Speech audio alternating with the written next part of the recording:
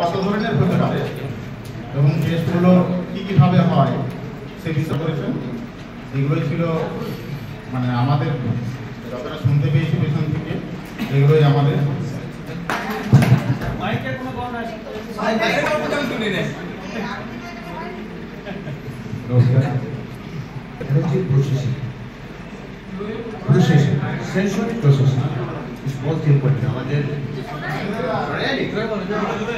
Hello,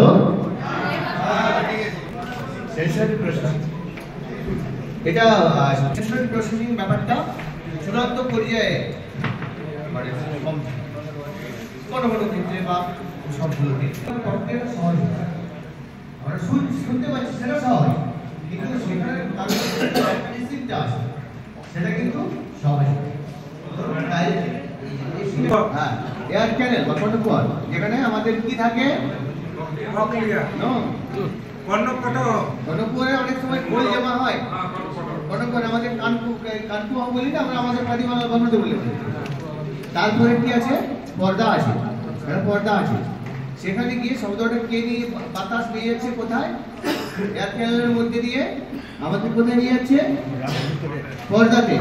সেটা ওখানে কিন্তু আইডেন্টিফাই করবেন এটা আপনারা, সেই আইডেন্টিফাই প্রক্রিয়াটা কমপ্লিট হবে এবং ওইখানে গিয়ে ইন্টারপ্রেট হয়ে কথা আসবে এবং ছবিটা আপনি বাইরে চোখে যে ছবিটা দিচ্ছেন সেই ছবিটা ওইখানে কথাতে প্রকাশ করবেন। এইভাবে স্পিড কাজ করবে, তার সেন্সরি প্রসেসিং তত বেটার। ওকে, থ্যাংক ইউ ভাই। এখানে কি কর্মসূচি নেওয়া হয়েছে এখানে অ্যাকচুয়ালি?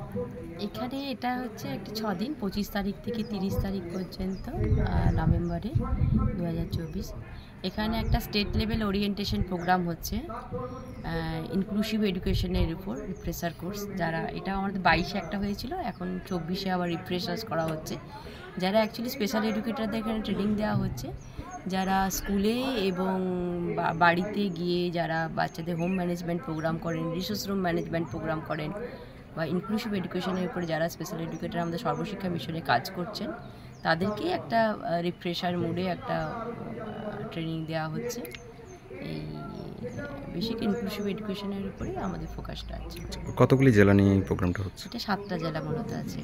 কতজন পার্টিসিপেট করছেন? পার্টিসিপেট আছে 92 জন।